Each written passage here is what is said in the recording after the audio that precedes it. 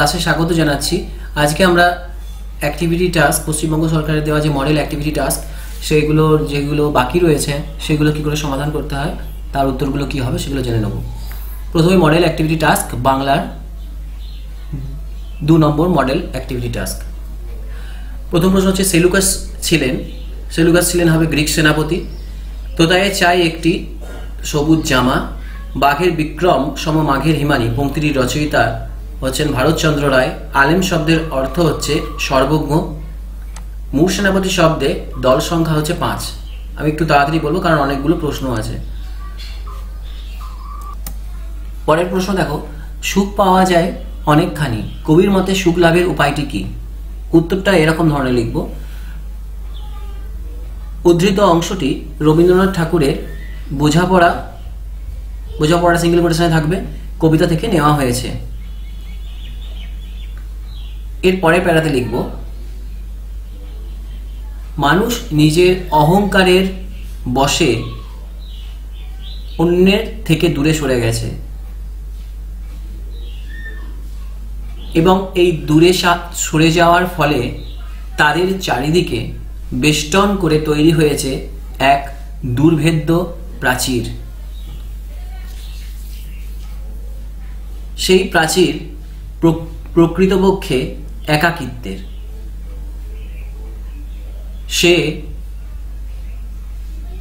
সেই প্রাচীরের পরিবেষ্টনে আবদ্ধ থেকে জগতের অনেক কিছু ভালো জিনিস থেকে নিজেকে বঞ্চিত করেছে। কিন্তু যদি মানুষ তার নিজের অহংকার সরিয়ে দিয়ে সকলের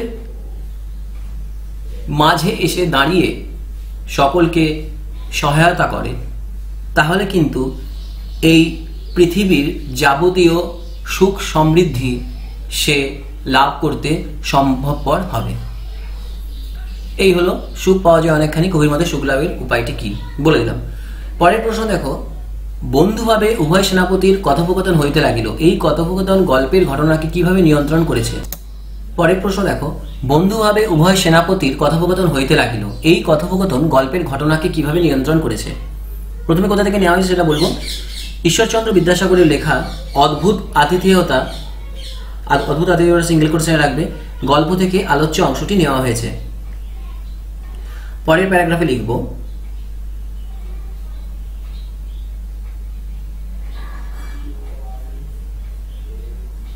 এই গল্পে আমরা আরব সেনাপতি ও মূর সেনাপতির মধ্যে কথোপকথন দেখতে পেয়েছি। আরব সেনাপতি ও মূর সেনাপতি পারস্পরিক কথোপকথনের মধ্য দিয়ে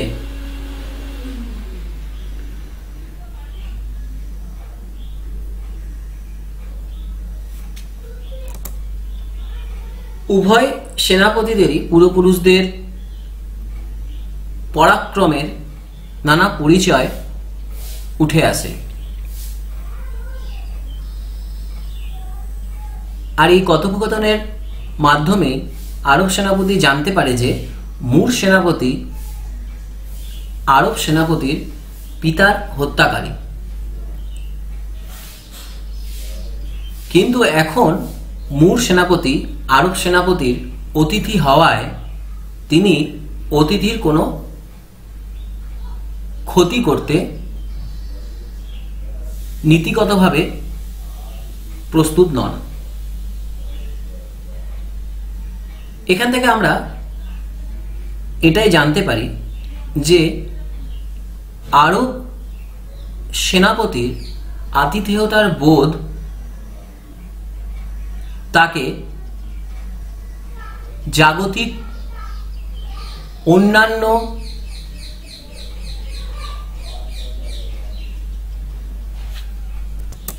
গুণ অর্থাৎ ঘৃণা হিংসা থেকে বিরত রাখতে সম্ভবপর হয়েছে।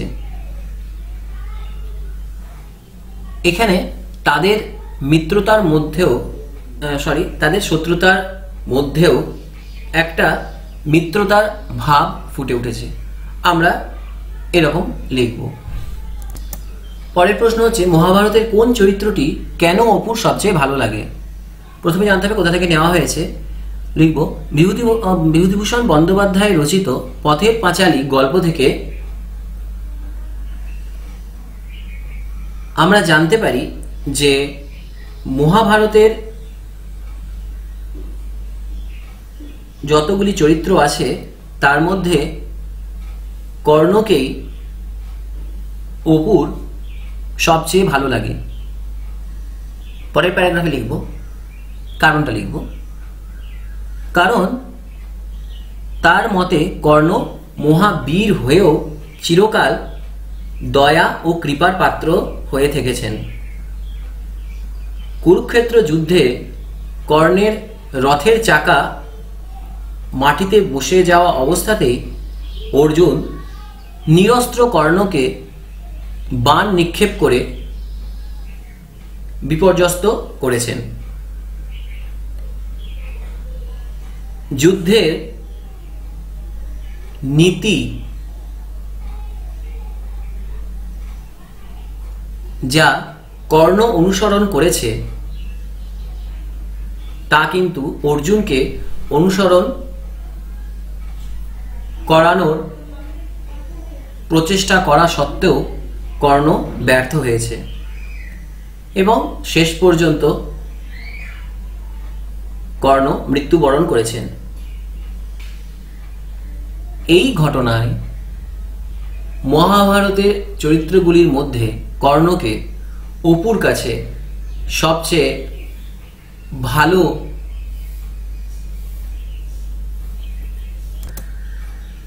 বলে প্রতিপন্ন হয়েছে। অপুর মতে কর্ণ মহান হয়েও আজ পর্যন্ত কোনো সম্মান লাভ করতে পারেনি। নিজের অজান্তেই সে কর্ণকে নিজের হৃদয়ের সাগরে বীর বলে প্রতিষ্ঠা করে ফেলেছে। অপুর মতে কর্ণ একজন অপরাজিত নায়ক হলেও আদর্শবান পুরুষ। তাই কর্ণের চরিত্র অপুর সবচেয়ে বেশি ভালো লাগতো।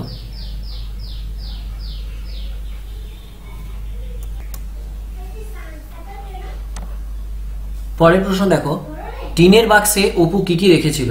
উত্তর হবে টিনের বাক্সে অপু একটি রং ওঠা কাঠের ঘোড়া, একটি টোল খাওয়া টিনের ভেপু বাসি, গোটা কত কড়ি, 2 পয়সা দামের পিস্তল, কতগুলো শুকনো নাটা ফল, খান কত, খদরার কুচি ইত্যাদি সম্পত্তি রেখেছিল।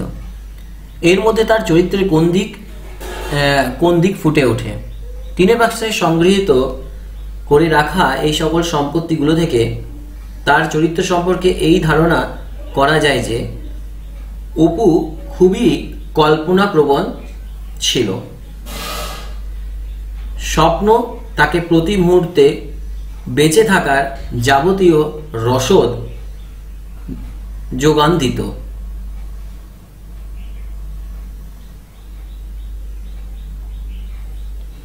এখানে অপুর সেই কল্পনাপ্রবণ স্বপ্নবিলাসী চরিত্রটি ফুটে উঠেছে।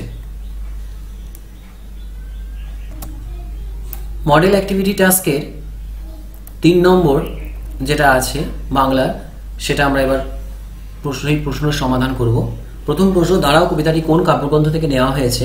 আমরা লিখব শক্তি চট্টোপাধ্যায়ের মানুষ বড় কাঁদছে কাব্যগ্রন্থ থেকে দাঁড়াও কবিতাটি নেওয়া হয়েছে। সকাল থেকে কবির কার কথা মনে পড়ছে?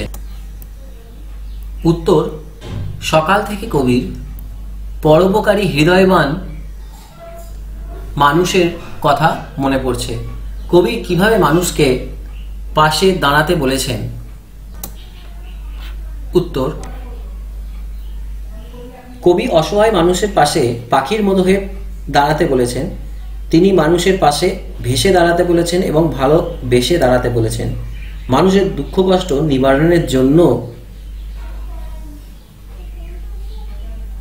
এবং অসহায়তা দূর করার জন্যই এই দাঁড়ানো অতি প্রয়োজন।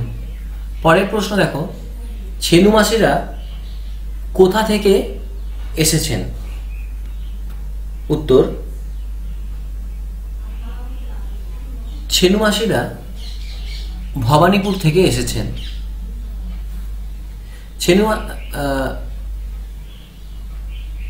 সরি, ভুল হয়ে গেল, এই প্রশ্নটা নয়। এরপরের প্রশ্ন হচ্ছে, কবিতাটিতে মানুষ শব্দটি কতবার ব্যবহৃত হয়েছে? উত্তর হবে, মানুষ শব্দটি 7 বার ও মানুষই, অর্থাৎ মানুষ দিয়ে হ্রস্বই দেবে একটা, শব্দটি 1 বার ব্যবহৃত হয়েছে। পরের প্রশ্ন, দল বিশ্লেষণ করো। মানুষ একলা ভেসে ভালোবেসে। মানুষের হবে মা আর নুষ হচ্ছে 2 দল। একলার হবে 1 হাইফেন দিয়ে লা 2 দল। ভেসে হবে ভে হাইফেন দিয়ে সে 2 দল। ভালোবেসে হবে ভা হাইফেন লো হাইফেন বে হাইফেন সে ভালোবেসে, টোটাল 4 দল। পরের প্রশ্ন দেখো, মানুষের পাশে মানুষ কিভাবে দাঁড়াতে পারে?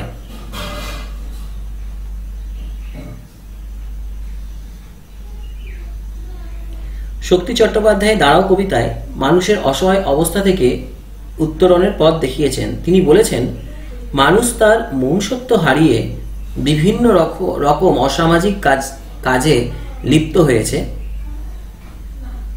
যার ফলে মানুষ আজ তার নিজের ফাঁদেই নিজে জর্জরিত হয়েছে। তাকে এই করুণ অবস্থা থেকে মুক্ত করতে পারে একমাত্র মানুষই। মানুষ ভালোবাসা এবং সাহায্য করার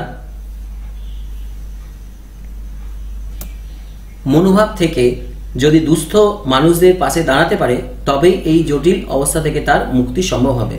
কবি এইভাবে মানুষের পাশে মানুষকে দাঁড়াতে বলেছেন। পরের প্রশ্ন দেখো, দাঁড়াও কবিতাটির প্রথম স্তবকে প্রকাশিত কবির অন্তর্নিহিত ভাবনার পরিচয় দাও।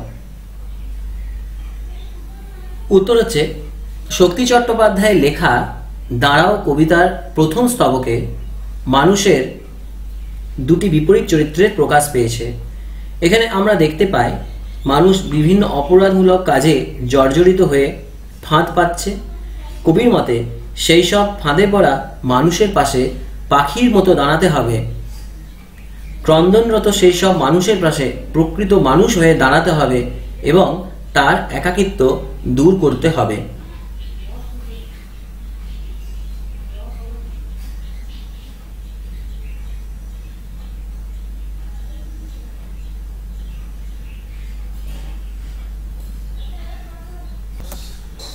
পরের প্রশ্ন হচ্ছে, কবিতাটির বিষয়বস্তু আলোচনা করো। উত্তর লিখব, কবি শক্তি চট্টোপাধ্যায় দাঁড়াও কবিতায় মানুষের পাশে মানুষকে থাকার জন্য আহ্বান জানিয়েছেন। কবি বলেছেন, আজকের সমাজে মানুষ বড়ই অসহায়। নিঃস্বার্থ মন এবং উদার হৃদয় নিয়ে সেই সব মানুষের পাশে দাঁড়ানোর মধ্যেই জীবনের চরম তৃপ্তি বলে মনে করেন।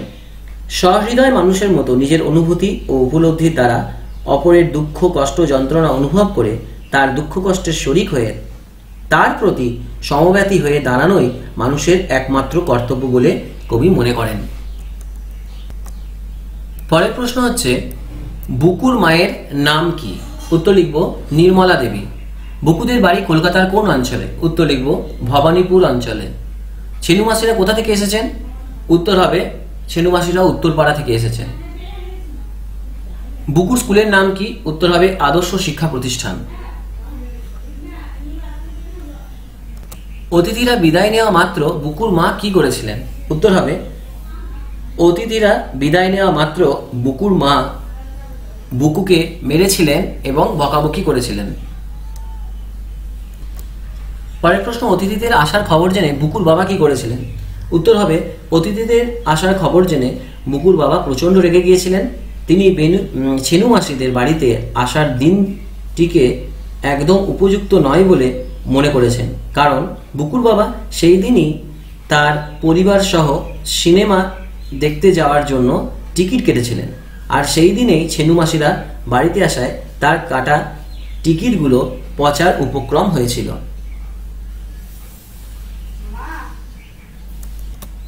বুকুর মতে অতিথিরা চলে গেলে কি করতে হয়? উত্তর হবে বুকুর মতে অতিথিরা চলে গেলে নিন্দে করতে হবে। তার মতে ছেনু মাসিরা চলে যাবার পরেই বুকুর মা বলবেন যে ছেলেটি কতই না অসভ্য ও হ্যাংলা। অন্যদিকে মাসিদের সম্পর্কে তার মায়ের বক্তব্য হবে যে তারা কতই না অহংকারী এবং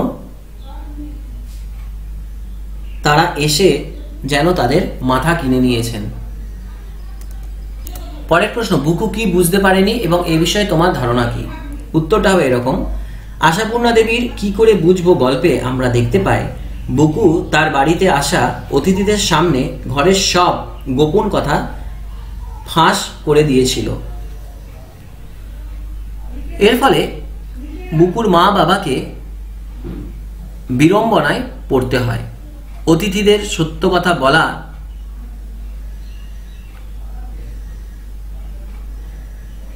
বলায় বুকুকেও তার মায়ের কাছে মার খেতে হয়। তাই বুকু এটা কিছুতেই বুঝতে পারে না যে তার সত্যি কথা বলা উচিত কিনা। পরের প্যারাগ্রাফে লিখবো, এ বিষয়ে তোমার ধারণা কিটা? সত্য কথা বলা আমাদের সবসময় উচিত। ছোটবেলা থেকে সেই শিক্ষাই আমরা পেয়েছি, কিন্তু সেই সত্য কথা কিছু কিছু ক্ষেত্রে কলহ ও অশান্তি সৃষ্টি করে, পারিবারিক বিবাদ ডেকে আনে। তাই বাড়ির গোপনীয়তাকে বজায় রেখে আমাদের সত্য কথা বলা উচিত। সেক্ষেত্রে পারস্পরিক বিবাদ ঘটার সম্ভাবনাও থাকে না, সামাজিক সম্পর্কও বজায় থাকে। এবারে ইংলিশের অ্যাক্টিভিটি টাস্ক মডেল টেস্ট, যেটা 2 নম্বর, সেটা দেখো। প্রথম প্রশ্ন বলেছে right true or false, true or false. এখন quote supporting phrase sentence for your answers. প্রথম প্রশ্ন হচ্ছে the boy sat on a wall by the person wheel. কথাটা ঠিক না ভুল? দেখো কথাটা ফলস হবে, প্রথমটা হবে ফলস, কারণ উত্তরটা হবে এটা, an old man sat on a wall by the person wheel. পরের প্রশ্ন হচ্ছে according to the boy everybody got to know that the clouds were there last night. Supporting phrase বা সেন্টেন্স কি হবে? এইটা, but the clouds were here last night and no one got to know. তাহলে এটা false হবে, everybody বলেছে, এবং supporting sentence হবে এইটা, বাট থেকে। পরের প্রশ্ন দেখো, the boy went back using the same dirt track that he had taken to come to the Persian wheel. দেখো, he went back by the same dirt track he had taken to come there, তার মানে এটা কথাটা সত্য। তাহলে এটা true লিখবো এবং এই লাইনটা লিখবো হি থেকে দেয়ার পর্যন্ত। এরপর অ্যাক্টিভিটি 2টা দেখো। In the last summer vacation I went on a trekking with my parents. On the way heavy snowfall started. We spent some anxious moments under a tree. Our guide offered us hot coffee from his thermos flask. হয়েছে? আচ্ছা, এখানে দেখো বলেছে imagine yourself in an express train. It is midnight. One of your co-passengers who is traveling alone suddenly has got high fever. মানে কোনো একটা ট্রেনে তুমি ফিরছো আর রাত্রেবেলায় মধ্যরাতে তোমারই কোনো পাশের প্যাসেঞ্জার তার খুব জ্বর হয়, এবং সেটা নিয়ে কি করা উচিত আমার সেই মুহূর্তে, সেটা নিয়ে 80টা ওয়ার্ড লিখতে বলেছেন। মোটামুটি এরকম ধরনের লিখবে, আমি বলে দিচ্ছি। Last summer I was returning from Digha with my family. Full stop দেবে। It was midnight.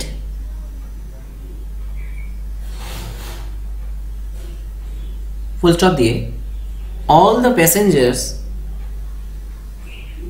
of our compartment were sleeping then.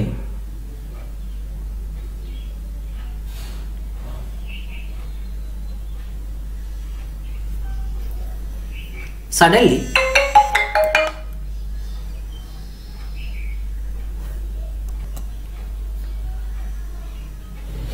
Suddenly I heard a groaning sound. Drowning sound মানে ঘুমিয়ে ঘুমিয়ে কান্না আওয়াজ। I found, full stop দিয়ে, I found one of our co-passengers were feeling uneasy.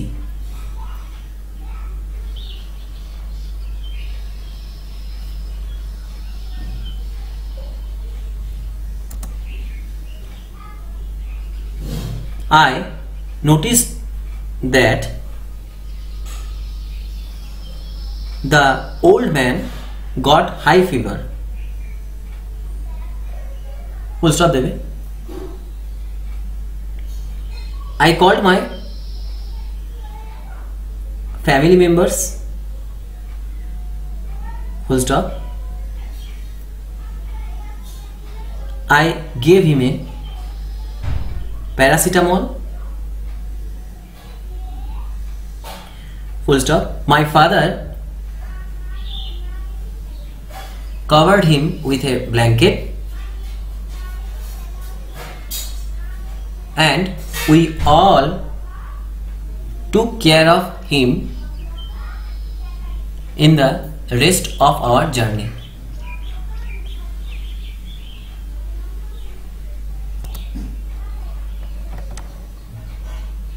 এবারে ইংলিশের যে অ্যাক্টিভিটি টাস্ক 3 নম্বর যেটা আছে সেটা আমরা করব। দেখো বলে যে point out the verbs which are finite and which are non finite in the following sentence. দেখো ভার্ব হচ্ছে cooks, my mother cooks food for the family. Cooks কথাটা পাশে লিখবো, দিয়ে ড্যাশ দিয়ে লিখবো ফাইনাইট ভার্ব, ড্যাশ দিয়ে লিখবো finite verb. She attended 3 meetings, এখানে অ্যাটেন্ডেড কথাটা লিখবো পাশে, লিখে অ্যাটেন্ডেড দিয়ে ড্যাশ দিয়ে লিখবো ফাইনাইট FINITE ভার্ব। এরপর দেখো my friend wants to go to Agra to visit the Taj Mahal. এখানে ওয়ান্টস লিখবো, পাশে ওয়ান্টস লিখবো, দিয়ে লিখবো ফাইনাইট, তার তলায় লিখবো টু গো, দিয়ে লিখবো নন ফাইনাইট, মানে কোনটা ফাইনাইট কোনটা নন ফাইনাইট। তার তলায় আবার লিখবো টু ভিজিট, সেটাও লিখবো নন ফাইনাইট। তারপর দেখো the Hunter kill the tiger, এখানে কিল্ড কথাটাকে আমরা লিখবো ড্যাশ দিয়ে finite verb. He refuse to ওবে the orders, এখানে দেখো রিফিউজড কথাটা লিখবো এবং লিখবো ফাইনাইট ভার্ব। টু ওবেতে আমরা লিখবো নন ফাইনাইট ভার্ব।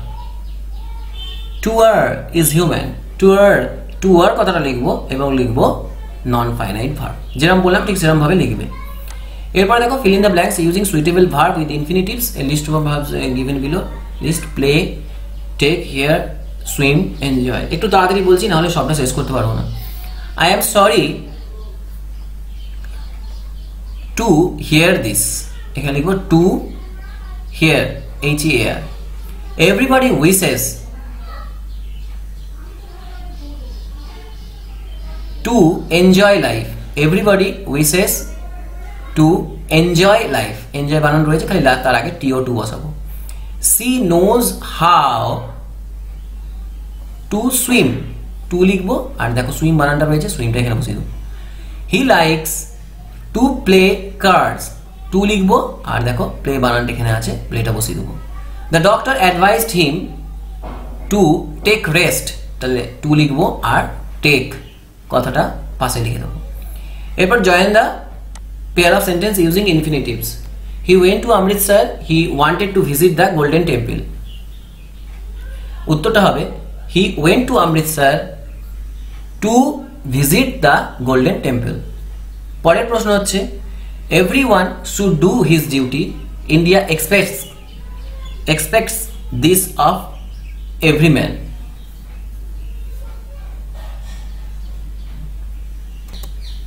উত্তর হবে India expects everyone to do his duty.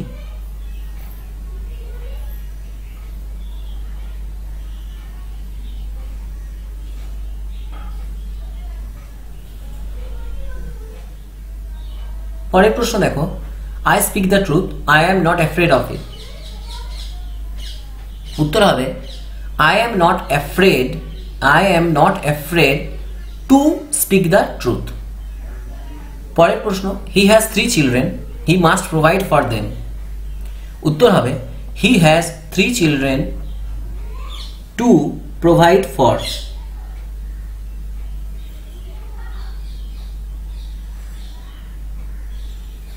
পরের প্রশ্ন হচ্ছে every football team has a captain, he directs the other players। উত্তর হবে every football team has a captain to direct the other players। এখানে কিন্তু direct হবে, এসটা লিখবে না, to direct the other players। তাহলে এটাও হয়ে গেল। এরপর ভূগোলের প্রথম যে অ্যাক্টিভিটি টাস্ক সেটা নিয়ে আমরা আলোচনা করব। প্রথম প্রশ্ন হচ্ছে বিভিন্ন স্তর ও বিযুক্ত রেখা সহ পৃথিবীর অভ্যন্তরের চিহ্নিত চিত্র অঙ্কন করো। এই প্রশ্নটা তোমাদের চিত্র অঙ্কন করতে হবে। বিভিন্ন স্তর ও বিযুক্ত রেখা সহ পৃথিবীর অভ্যন্তরের চিহ্নিত চিত্র অঙ্কন করো। তোমাদের বইয়ের 5 নম্বর পাতাতে দেখবে চিত্রটা আছে, এই চিত্রটা তোমাদের আঁকতে হবে। সমস্ত কিছু লেভেলিং করবে, কোনটা কি সেগুলো সব বলে দেবে, তাহলেই এটা হয়ে যাবে। এর পরের প্রশ্ন দেখো, কোনো জায়গায় ভূমিকম্প শুরু হলে কি কি ব্যবস্থা নেওয়া দরকার তা নিজের ভাষায় গুছিয়ে লেখো। এটা তোমাদের বইয়ের দেখবে 18 পাতায় আছে। দেখো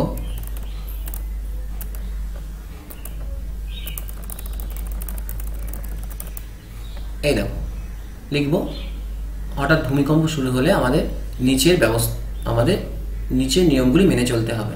দিয়ে 1 নম্বর লিখবো, যত তাড়াতাড়ি সম্ভব বাড়ি বা স্কুল থেকে বেরিয়ে কোনো খোলা জায়গায় যেতে হবে। যদি খোলা জায়গায় বেরিয়ে যাওয়া সম্ভব না হয় তবে বাড়ির মধ্যে দ্রুত কোনো টেবিল বা শক্ত আসবাবের তলায় ঢুকে পড়তে হবে। 3 নম্বর লিখবো, ভূমিকম্প চলাকালীন বহুতল বাড়ির ঝুল বারান্দা, সিঁড়ি, লিফট ব্যবহার করা চলবে না বা এড়িয়ে চলতে হবে। 4 নম্বর লিখবো, বাড়ি থেকে বেরোবার আগে সম্ভব হলে প্রয়োজনীয় জিনিসপত্র সঙ্গে নিয়ে বেরোতে হবে। এটা তাহলে এই প্রশ্নের উত্তর হয়ে গেল। এরপরের প্রশ্ন দেখো, যে কোনো 5টি ক্ষেত্রে 3 ধরনের শিলার ব্যবহার উদাহরণ সহ লিপিবদ্ধ করো। 3 ধরনের শিলা, এটাও তোমরা মোটামুটি তোমাদের বইয়েতে পেয়ে যাবে। 22 থেকে 24 পাতায় দেখবে বিভিন্ন শিলা সম্পর্কে লেখা আছে। প্রথমে আমরা লিখব আগ্নেয় শিলার ব্যবহার। আগ্নেয় শিলার ব্যবহার সেটা তো আমরা জানি, আগ্নেয় শিলা কোথায় কোথায় দেখতে পাওয়া যায়। দেখো একদম এইখানে লেখা রয়েছে আগ্নেয় শিলা। প্রথমে লিখবে আগ্নেয় শিলার ব্যবহার। আগ্নেয় শিলার ব্যবহার কি হতে পারে? রেল লাইনের ধারে ব্যাসাল্ট নামক আগ্নেয় শিলা ব্যবহার করা হয় লাইনটিকে স্থির রাখার জন্য, অর্থাৎ লাইনের বাঁক ঠিক রাখার জন্য ব্যাসাল্ট শিলা ব্যবহার করা, এটা একটা হতে পারে। গ্রানাইট ব্যবহার করা হয় বাড়িতে মেঝে তৈরি করার জন্য, এটা হলো আগ্নেয় শিলা। এবার দেখো পাললিক শিলার ব্যবহারগুলো পরপর রয়েছে এখানে। পাললিক শিলার যে ব্যবহার, প্রথমে আগ্নেয় শিলার বলা হলো, এবারে দেখো পাললিক শিলা। এখানে দেখো দাগ দেওয়া আছে। পাললিক শিলার কি লিখবো? তার পাললিক শিলার 1 নম্বর পয়েন্টে লিখবো, সিমেন্ট তৈরিতে লৌহ ইস্পাত শিল্পে কাঁচামাল হিসেবে চুনাপাথর ব্যবহৃত হয়। 2 নম্বর লিখবো, স্থাপত্য স্মৃতিসৌধ এই পাথরে নির্মিত হয়। লালকেল্লা, উদয়গিরি, খণ্ডগিরির মন্দির, খাজুরাহোর মন্দির, জয়সলমীরের সোনার কেল্লা বেলে পাথরে তৈরি। ঠিক আছে, এইটা লিখলাম পাললিক শিলার ব্যবহার। এরপর দেখো তারপরের পয়েন্টটা লিখবো রূপান্তরিত শিলার ব্যবহার।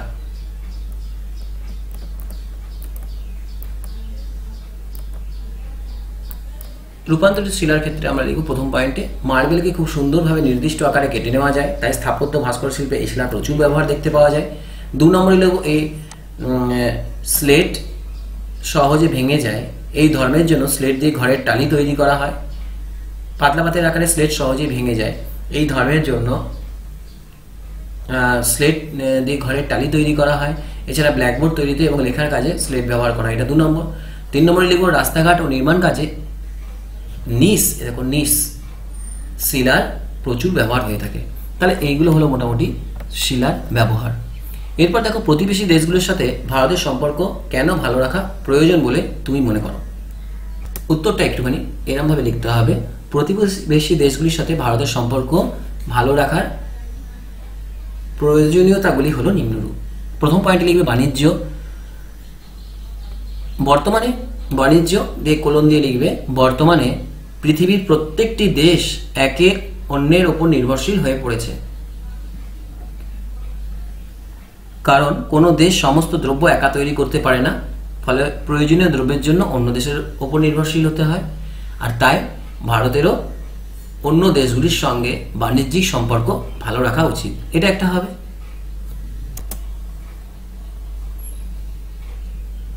এরপর হবে 2 নম্বর পয়েন্টে লিখবে সমুদ্র সম্পদের ব্যবহার।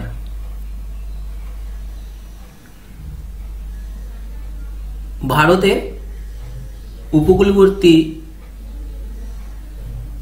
অঞ্চলে অন্য দেশগুলির সঙ্গে সমুদ্র সীমা রয়েছে, বা এরকম লিখবে ভারতের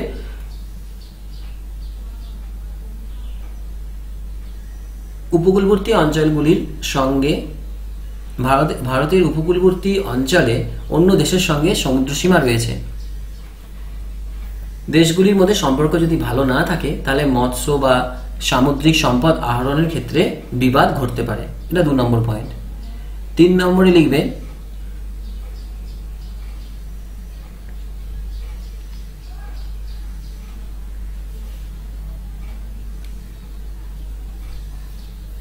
নদী, পয়েন্টের নাম দেবে নদী। সেখানে লিখবে যে সকল নদী এক বা একাধিক দেশের মধ্য দিয়ে প্রবাহিত হয়, যে সকল নদী একাধিক দেশের মধ্য দিয়ে প্রবাহিত হয় তার জল আন্তর্জাতিক নিয়ম অনুযায়ী প্রত্যেকটি দেশ পেয়ে থাকে।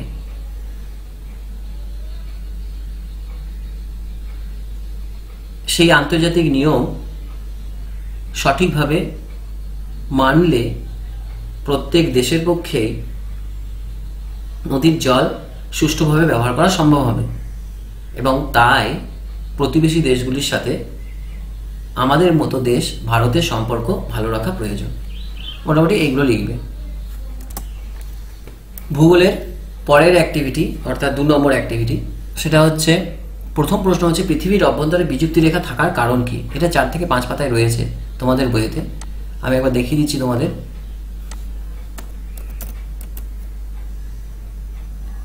বিযুক্তি রেখা থাকার কারণ কিভাবে উত্তরটা লিখতে হবে বলছি, দেখো।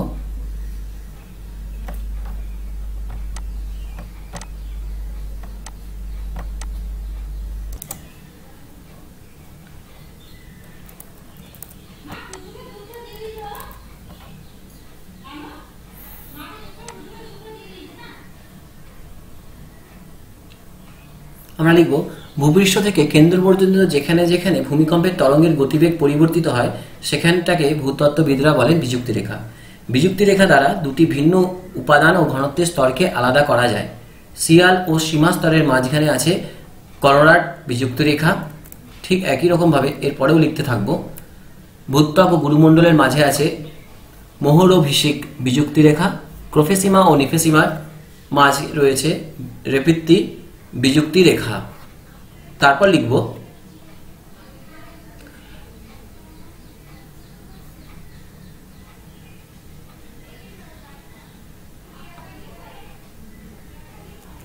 পৃথিবীর অভ্যন্তর বিভিন্ন রকম উপাদান দিয়ে তৈরি বলেই এই বিযুক্তি রেখা রাখা হয়েছে। এই হলো প্রশ্নের উত্তর। পরের প্রশ্ন দেখো, অপসারী পাতসীমানাকে গঠনকারী পাতসীমানা বলা হয় কেন। এটা তোমাদের বইয়ের 8 নম্বর পাতাতে আছে, একটু দেখে লিখে নিতে হবে। বলে দিচ্ছি কিরকমভাবে লিখবে। লিখবে এরকম, ভূত্বকের এই পাতগুলো সর্বদা ধীর গতিতে সঞ্চরণশীল। সাধারণভাবে দেখা যায় সমুদ্র তলদেশে পাতের সীমানা বরাবর 2টো পাত পরস্পর থেকে দূরে সরে যাচ্ছে। এর ফলে সমুদ্র তলদেশে যে ফাঁকের সৃষ্টি হয় তা দিয়ে ভূ অভ্যন্তরে ম্যাগমা ক্রমাগত বেরিয়ে আসে। এই ম্যাগমা পরে শীতল ও কঠিন হয়ে নতুন ভূত্বক এবং সমুদ্রের তলদেশে মধ্য সামুদ্রিক শৈলশিলা গঠন করে। এই পরস্পর বিপরীতমুখী পাতসীমানাকে অপসারী বা গঠনকারী পাতসীমানা বলা হয়। এই অঞ্চলে ভূমিকম্প, অগ্নুৎপাত স্বাভাবিক ঘটনা। আটলান্টিক মহাসাগর, ভারত মহাসাগর ও প্রশান্ত মহাসাগরের তলদেশে এই ধরনের ঘটনা দেখতে পাওয়া যায়। তারপর লাস্ট লিখতে হবে, তাই দেখা যাচ্ছে যে অপসারী পাতসীমানা, অপসারী পাত সীমানায় প্রকৃতপক্ষে বিভিন্ন গঠনমূলক কাজ ঘটে থাকে, তাই একে গঠনকারী পাত সীমানা বলা হয়। ব্যাস, এটা হয়ে গেল। এরপরের প্রশ্ন, মৃত্তিকা সৃষ্টিতে খনিজের ভূমিকা ব্যাখ্যা করো। 27 নম্বর পাতায় তোমাদের বইতে চলে আসবে, এই জায়গা থেকে লিখবে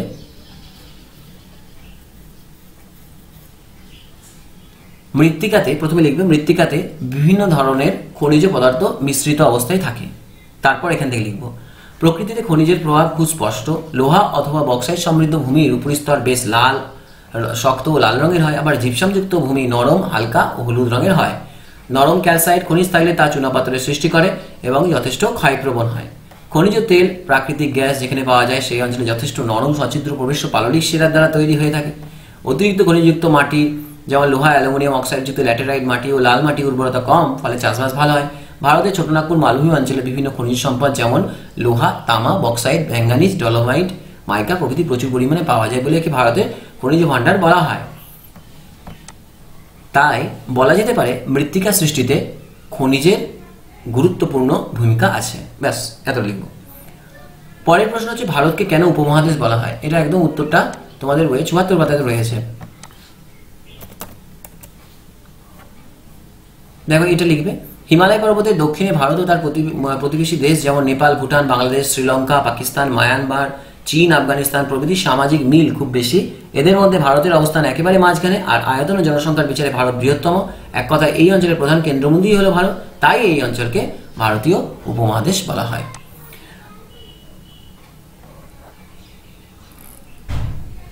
আশা করছি তাহলে এটা তোমরা বুঝতে পেরেছ। এবার জিওগ্রাফির আমরা মডেল অ্যাক্টিভিটি সেট টাস্ক 3 নম্বরটা দেখব। প্রথম প্রশ্ন হচ্ছে সারা বছর প্রবল উষ্ণতাজনিত কারণে যে চাপ বলয়টি গঠিত হয়েছে সেটি হলো নিরক্ষীয় নিম্নচাপ বলয়। এখানে লিখব নিরক্ষীয় নিম্নচাপ বলয়।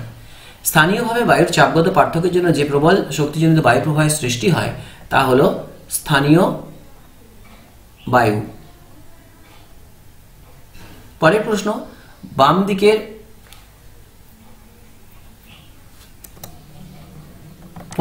দেখো, বাম দিকের স্তম্ভের শব্দগুচ্ছের সাথে ডান দিকের স্তম্ভের শব্দগুচ্ছকে মেলাও। অশ্ব অক্ষাংশের সঙ্গে মিলবে কর্কটীয় শান্ত বলয়। চিনুক হবে রকি পার্বত্য অঞ্চল। উপত্যকা বায়ু এটা হবে বৈপরীত্য উত্তাপ। আর পশ্চিমা বায়ু এটা হচ্ছে গর্জনশীল 40।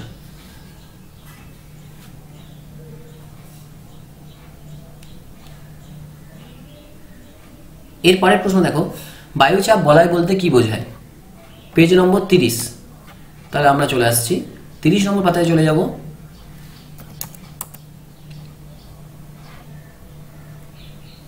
উত্তরটা হবে এখান থেকে, সমগ্র পৃথিবী জুড়ে বিভিন্ন অঞ্চলে বায়ুচাপের তারতম্য লক্ষ্য করা যায়। পৃথিবীপৃষ্ঠের ওপর নির্দিষ্ট দূরত্বের সমধর্মী বায়ুস্তর অনুভূমিকভাবে প্রায় 1000 কিলোমিটার জুড়ে পুরো পৃথিবীকে কয়েকটি বলয়ের আকারে বেষ্টন করে রেখেছে। একে বলা হয় বায়ুচাপ বলয়। এটা হলো এর উত্তর। এর পরের প্রশ্ন দেখো, প্রতীপ ঘূর্ণবাত অঞ্চলে শান্ত আবহাওয়া বিরাজ করে কেন। এই প্রশ্নের উত্তরটা আমরা এরকম ভাবে লিখব প্রতীপ ঘূর্ণবাতে বায়ু উচ্চচাপ কেন্দ্র থেকে চারিদিকে নিম্নচাপ অঞ্চলের দিকে প্রবাহিত হয়। উচ্চচাপ ও নিম্নচাপের মধ্যে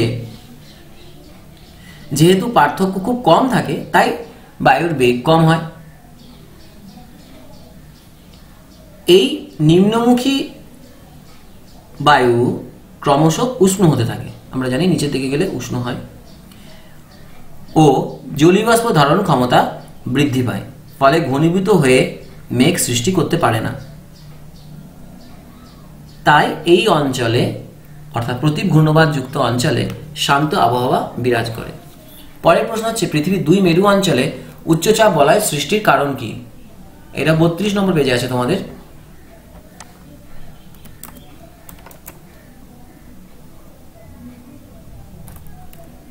দেখো এখান থেকে লিখবো উত্তরটা কিরকম ভাবে লিখবো।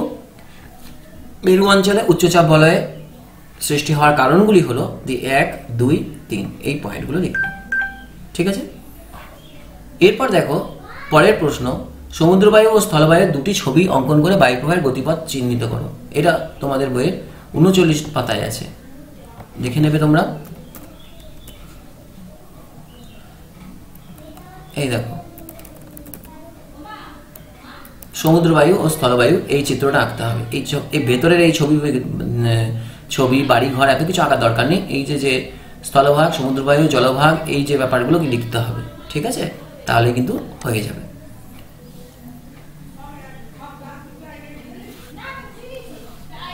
এবারে ইতিহাসের প্রথম অ্যাক্টিভিটিটা দেখো। নিচের প্রশ্নগুলি নিজের ভাষায় উত্তর দাও। দেওয়ানির অধিকার, দ্বৈত শাসন ব্যবস্থা ও 76-এর মন্বন্তর কীভাবে একে অপরের সাথে সম্পর্কযুক্ত ছিল? এটাকে আমরা মোটামুটি এরকমভাবে লিখতে পারি।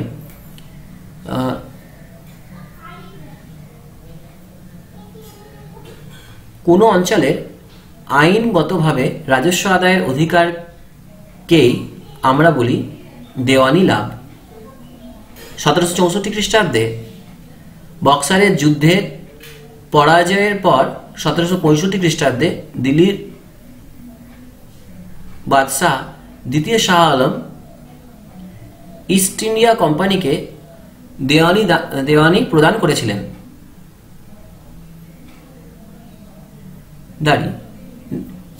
দেওয়ানি লাভের ফলে বাংলায় দ্বৈত শাসন ব্যবস্থার প্রবর্তন ঘটে। যখন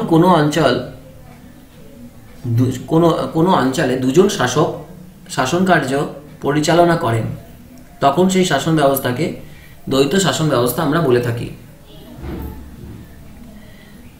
আর এই ব্যবস্থার ফলে বাংলার বুকে এক ভয়াবহ দুর্ভিক্ষ ঘনিয়ে আসে, যাকে আমরা 76-এর মন্বন্তর বলে চিনি। 1176 বঙ্গাব্দে বাংলায় এই দুর্ভিক্ষে প্রচুর মানুষের প্রাণহানি ঘটে এবং বাংলার অর্থনীতি পুরোপুরি ভেঙে যায়। মোটামুটি আমরা এই প্রশ্নের উত্তরটা এরকম লিখব। এর পরের প্রশ্ন দেখো, নির্ভুল তথ্য দিয়ে ফাঁকা ঘরগুলি পূরণ করো। 1776 থেকে 1781 খ্রিস্টাব্দে উদ্যোগ, প্রশাসক, অন্যান্য উদ্যোগ।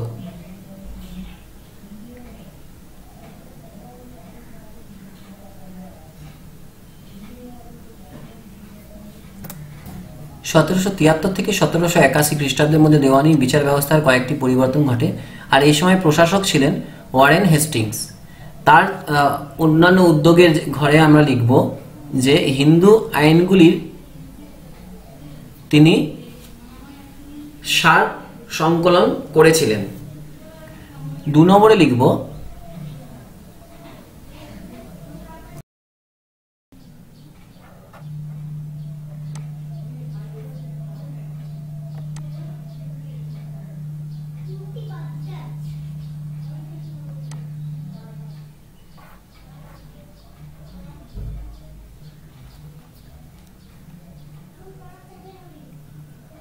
প্রচলিত আইনগুলির অভিন্ন ব্যাখ্যা দান।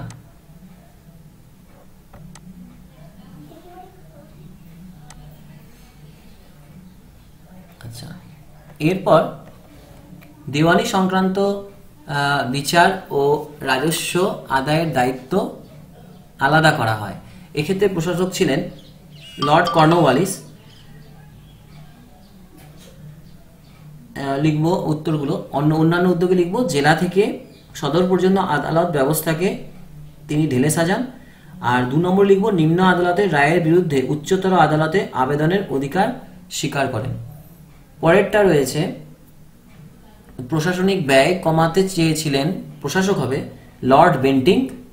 তার উদ্যোগে 1 নম্বরে লিখব মহলওয়ারি বন্দোবস্ত চালু।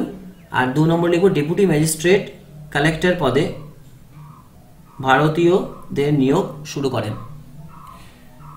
3 নম্বর প্রশ্ন আছে দেখো, নিচের এই যে শব্দ ছকটা পূরণ করতে বলেছে। একেরটা হবে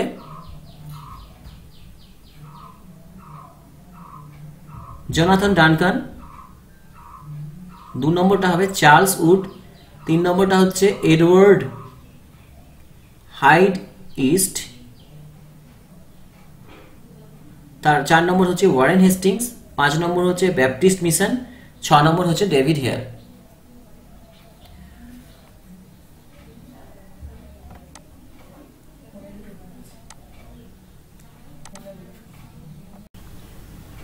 পরের প্রশ্নটা হচ্ছে মডেল অ্যাক্টিভিটি টাস্ক ইতিহাসের দ্বিতীয় পার্ট।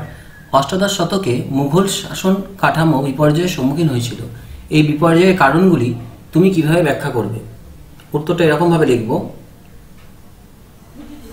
এই বিপর্যয়ের কারণগুলি হলো, প্রথম পয়েন্ট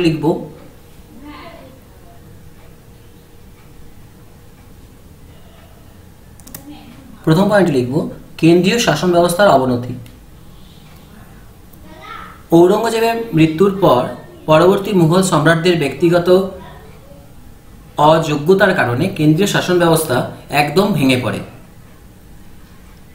2 নম্বর পয়েন্ট লিখব সিংহাসনের উত্তরাধিকার সংক্রান্ত দ্বন্দ্ব। ঔরঙ্গজেবের মৃত্যুর পর মুঘল শাসকরা সিংহাসনের কে বসবেন সেই নিয়ে দ্বন্দ্ব বেঁধে যায় এবং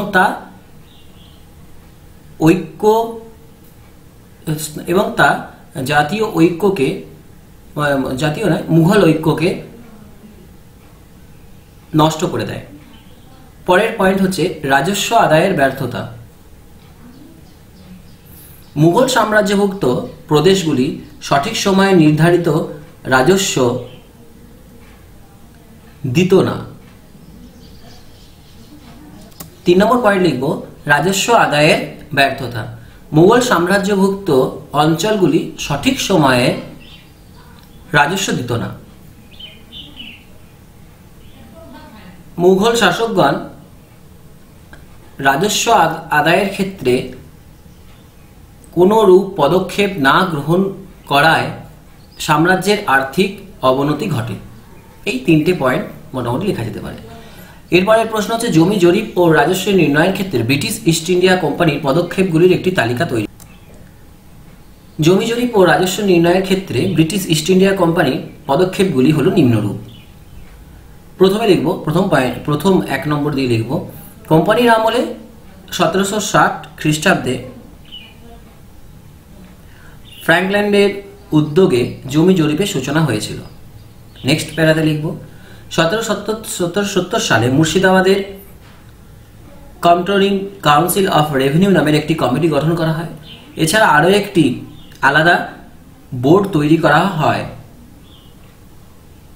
তার নাম কমিটি অফ রেভিনিউ। এটি 1786 সালে বোর্ড অফ রেভিনিউ নামে পরিচিত হয়। জমি জরিপ করার পর রাজস্ব জন্য যে ব্যবস্থা গ্রহণ করা হয় সেগুলি হলো, নিচে 1 নম্বরে লিখবে ইজারাদারি ব্যবস্থা। যে ব্যক্তি জমির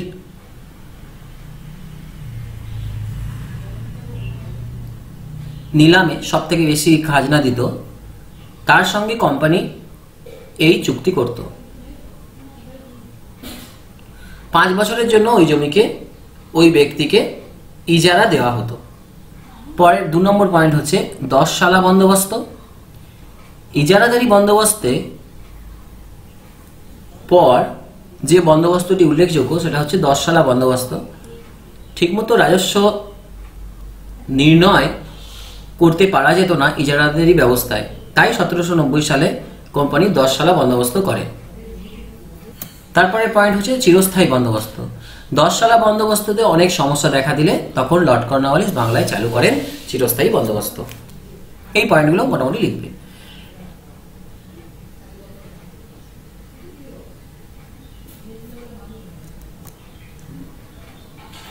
3 দাগের প্রশ্নটা লিখতে গেলে এখানে গভর্নর জেনারেল অধীনতামূলক মিত্রতা নীতিতে লিখবো লর্ড ওয়েলেসলি, আর ওদিকে সত্যবিলোপ নীতিতে লিখবো লর্ড ডালহৌসি। এটা সময়কালে লিখবো 1799, এটাই লিখবো 1856। প্রভাবিত রাজ্য এটাতে লিখবো হায়দ্রাবাদ আর মহীশূর, আর এদিকে লিখবো সম্বলপুর, ঝাঁসি। আর মূল নীতি সেটা হলো, এইটার মূল নীতিগুলো বলছি আমি প্রথমে। অধীনতামূলক মিত্রতা নীতির এটাই লিখব, এই নীতিতে স্বাক্ষরকারী রাজ্য একজন ইংরেজ রেসিডেন্স থাকবে, তার নেতৃত্বে একজন ইংরেজ সৈন্য থাকবে, তার ভরণ পোষণের দায়িত্ব নেবে সেই রাজ্য। আর 2 নম্বরে লিখব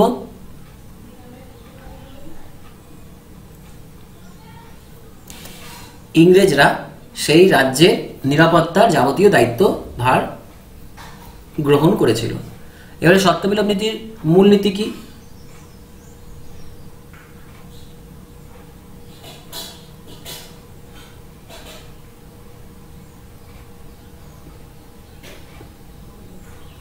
যদি কোনো দেশীয়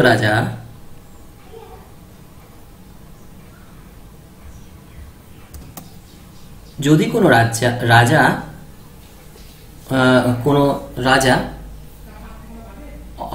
অপুত্র অবস্থায় মারা যান তাহলে সেই রাজ্যটি ব্রিটিশ সরকার গ্রহণ করবে।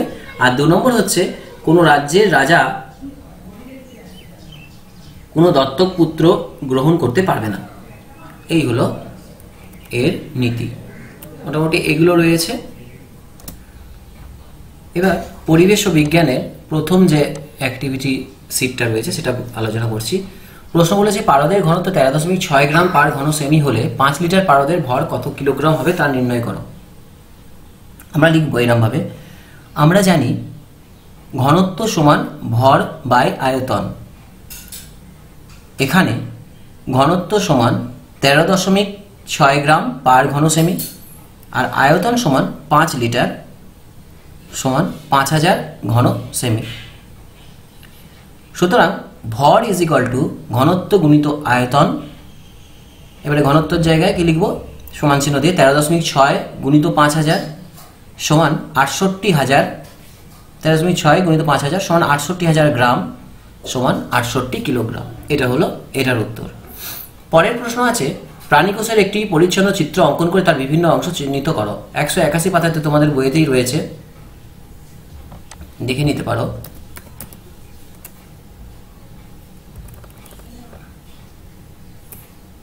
এটা প্রাণীকোষের চিত্র, এটা আঁকতে হবে। পরের প্রশ্ন আছে বিশেষ পরীক্ষা থেকে রাদারফোর্ড পরমাণুর গঠন সম্বন্ধে কি কি সিদ্ধান্তে উপনীত হয়েছিলেন। এটা দেখো 80 পাতাতে আছে তোমাদের।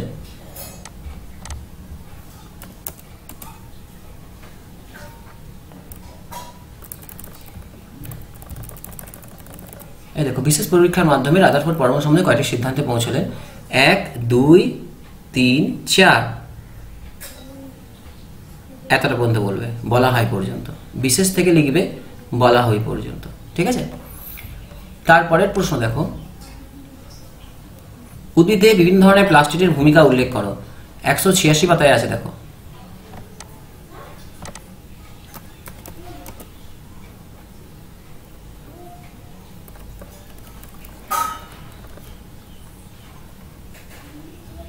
আমরা প্রথমে লিখব উদ্ভিদে 3 ধরনের প্লাস্টিড দেখতে পাওয়া যায়, ক্লোরোপ্লাস্টিড, ক্রোমোপ্লাস্টিড ও লিউকোপ্লাস্টিড।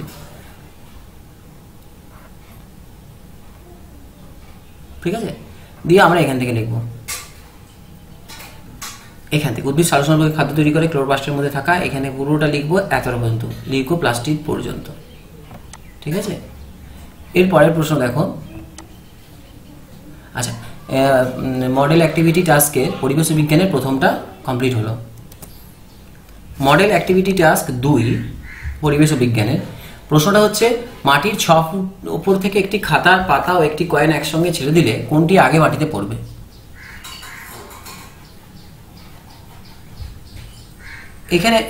এখানে যেটা লেখা সেটা হচ্ছে যে কয়েনটি অবশ্যই আগে পড়বে। এর কারণটা লিখব। কারণ হলো খাতার পাতা হালকা, তাই বাতাস খাতার পাতার পতনে কয়েনটির চেয়ে অনেক বেশি বাধা দিয়েছে।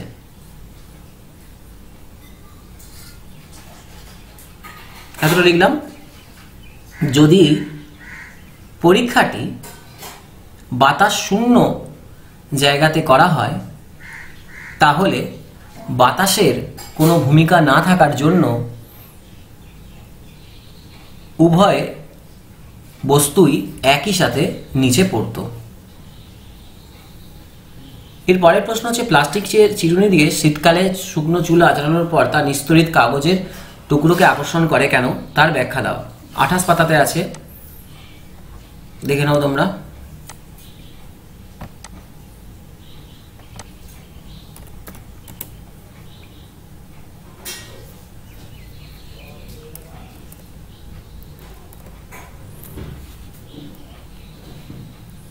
উত্তরটা হবে এখান থেকে লিখবে, চুলের সঙ্গে ঘর্ষণে চিরুনি তড়িতাহিত হলেও কাগজের টুকরোতে কোনো কিছুর কাগজের টুকরো কিন্তু তড়িতাহিত হয় না, এটা লিখলাম। তারপর আমরা লিখব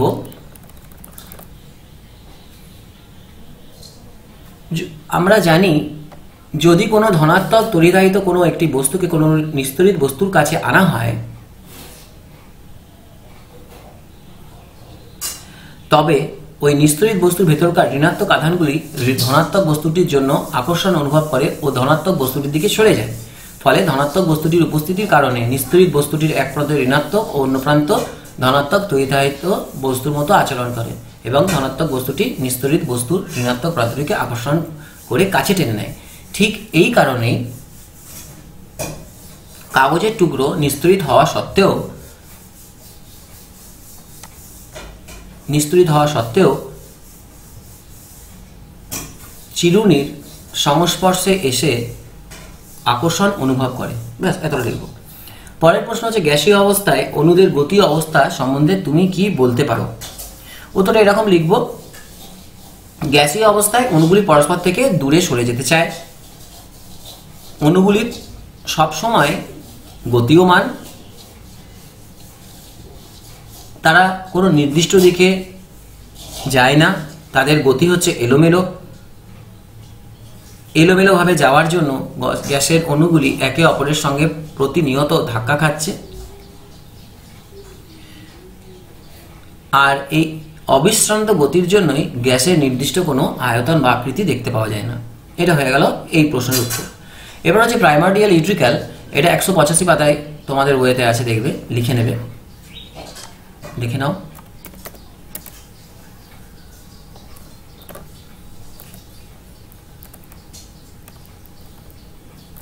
এই দেখো, এখান থেকে লিখবে, এই সাধারণত থেকে একদম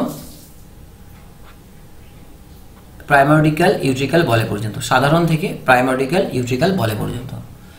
এরপরের প্রশ্ন, গলগি বস্তুর বা গলজি বস্তুর গঠন ও কাজ উল্লেখ করো। এরপরের প্রশ্ন হচ্ছে মানুষের লোহিত রক্তকণিকার আকার কীরকম এবং এই আকারের জন্য তার কি সুবিধা হয়। আমরা লিখব মানুষের লোহিত রক্তকণিকার আকার হচ্ছে দুপাশ চ্যাপ্টা গোলাকার চাকতির মতো। এই আকারের জন্যই বিভিন্ন ব্যাসের রক্তনালীর মধ্য দিয়ে যাতায়াতের জন্য আরও বেশি পরিমাণ অক্সিজেন পরিবহন করতে লোহিত রক্তকণিকার সুবিধা হয়। এটা খালি লিখে দেবো, আর কিছু না। এরপরে প্রশ্ন, গলজি বস্তুর গঠন ও কাজ উল্লেখ করো। এটা তোমাদের বইতেই আছে, 183 পাতায় চলে যাবে।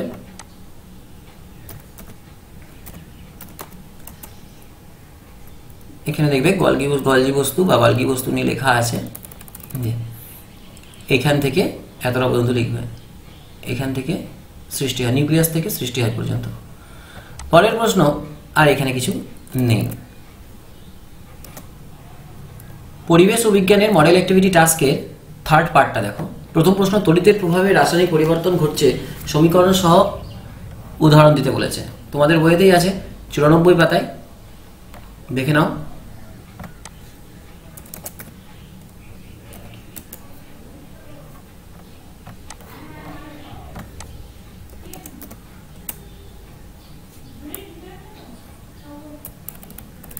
এখানে লিখবো আমরা, এখান থেকে জলে একটু সালফিউরিক অ্যাসিড মিশিয়ে তারপরে ব্যাটারির সাথে তড়িৎ পাঠালে দেখা যাবে দুটো তড়িতের বুদুর আকারে গ্যাস নির্গত হয়। এর মধ্যে একটি গ্যাস হলো হাইড্রোজেন, অন্যটি অক্সিজেন। এক্ষেত্রে জল বিদ্যুৎ হাইড্রোজেন অক্সিজেন গ্যাস উৎপন্ন হয়। দিয়ে এই সমীকরণটাও দেব,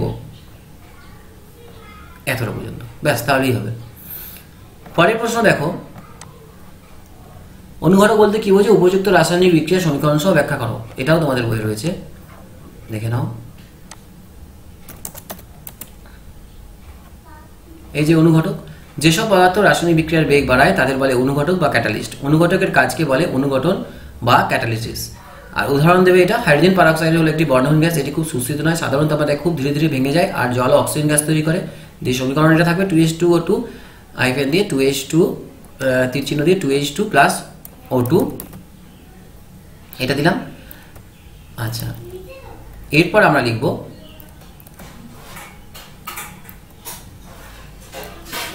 এটা লেখা হলো। এরপর আমরা লিখব এক্ষেত্রে বিক্রিয়াটি ধীর গতিতে হয়, কিন্তু যদি মিশ্রণে MnO2 মেশানো হয় তাহলে কিন্তু বিক্রিয়ার গতিবেগ বেড়ে যায়। এখানে MnO2 অনুঘটক হিসেবে কাজ করে, দিয়ে এই 2H2O2 2H2O প্লাস O2 আর এই তীর চিহ্নের উপরে MnO2 লিখে দেবো, ব্যাস তাহলে এই কোশ্চেনটা হয়ে গেল। পরের প্রশ্ন, রাসায়নিক কারখানায় কঠিন অনুঘটনের সূক্ষ্ম চূর্ণ অথবা সরু তারজলীর আকারে রাখা হয় কেন তা ব্যাখ্যা করো। এই দেখো, এই প্রশ্নের উত্তরটা 96 পাতায় আছে।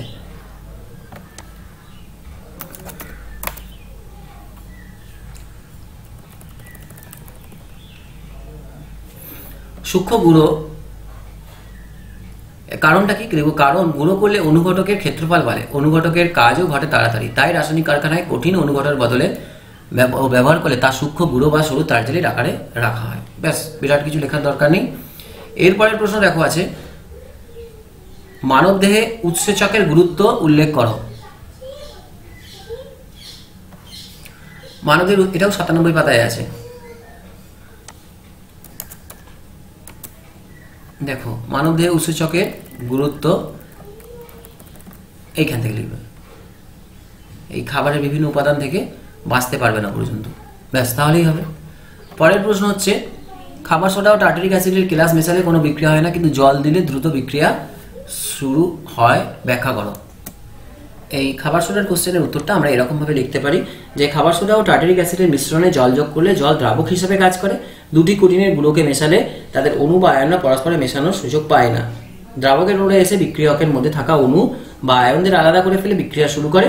এক্ষেত্রে দ্রাবক জলের উপস্থিতিতে খাবার সোডা ও টার্টারিক অ্যাসিড দ্রবীভূত হয় ও H+ আয়ন বুদবুদ আকারে নির্গত হয়, ফলে যৌগ দুটির মধ্যে দ্রুত বিক্রিয়া ঘটে এবং CO2 গ্যাস নির্গত হয়। তাই জলের অনুপস্থিতিতে কোনো বিক্রিয়া হয় না এবং CO2 গ্যাসও নির্গত হয় না। এটা হয়ে গেল মোটামুটি এর কোশ্চেনগুলো। এবারে আমি অঙ্কের প্রশ্নটাই আসছি। প্রথম প্রশ্ন হচ্ছে অ্যাক্টিভিটি টাস্কের প্রথম যে আছে সেটা অঙ্কের, একটি সরলরেখার উপর অন্যটি রশ্মি দাঁড়িয়ে যে দুটি সন্নিহিত কোণ তৈরি করে তাদের সমষ্টি কত? উত্তর হবে 180, 2 সমকোণ, 180 ডিগ্রি মানে 2 সমকোণ। 17 ও 29 সংখ্যাটিকে কি বলা হয়? লিখবো হার্ডি রামানুজন, এই শূন্যস্থানে লিখবো হার্ডি রামানুজন। এই 3, 4, 5 এর অঙ্কগুলো আমার পুরনো ভিডিওতে সবই করা আছে, তোমরা একটু দেখে নেবে। 3, 4 আর 5 এর অঙ্ক, 3এরটাও এখানে আরেকবার করে দিয়েছি, 4, 5 এগুলো সবই করা আছে, তোমরা একটু দেখে নেবে। এবার মডেল অ্যাক্টিভিটি টাস্ক ম্যাথের সেকেন্ড যে পার্ট রয়েছে সেটা দেখেন, 2 এর 5 এবং 3 এর মধ্যে মূল সংখ্যা রয়েছে কটি? উত্তর হবে অসংখ্য। নিচের কোন ক্ষেত্রে সন্নিহিত কোণগুলি পরস্পর সম্পূরক কোণ হবে? দেখো, যে দুটো যোগফল 180 ডিগ্রি হবে তারা সম্পূরক হবে। 135 আর 45 যোগ করলে 180 বেরোয়, তাহলে বি এরটা রাইট। এরপরের প্রশ্ন হচ্ছে, পাইচিত্রে এক একটি বৃত্তকলার তথ্যের এক একটি অংশ বোঝায়, বৃত্তকলার মাপ ওই তথ্যের অংশের পরিমাণে এখানটা হবে সমানুপাতি হয়। 3 এর দাগের অঙ্কটা আমার করানো আছে, তোমরা দেখে নেবে, আর 4 এর দাগের পাইচিত্র নিজেরা একটু বাড়িতে করে নেবে। আচ্ছা, এবার মডেল অ্যাক্টিভিটি টাস্ক এর 3 নম্বর ম্যাথমেটিক্সের যেটা আছে, 100 টাকার 15% কত? তোমরা শতাংশের অঙ্কগুলো আমি দেখিয়ে দিয়েছি, শিখিয়ে দিয়েছি, তোমরা নিজেরাই বুঝতে পারবে। 100 টাকার 15% সমান হচ্ছে 15 টাকা। 10 টাকা 200 টাকার শতকরা কত ভাগ?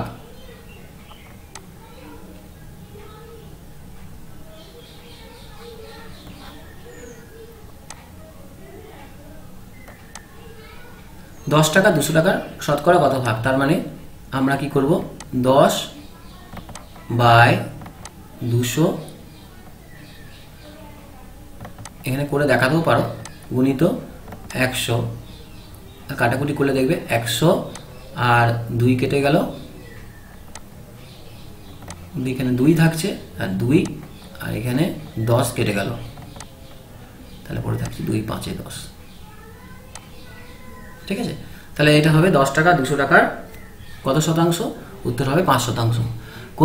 কোনো সংখ্যার 20% 15 হবে, তার মানে কি বলেছে? 20 15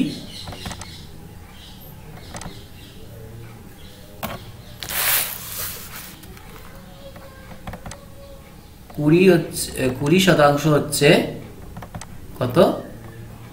15। ঠিক 1% হবে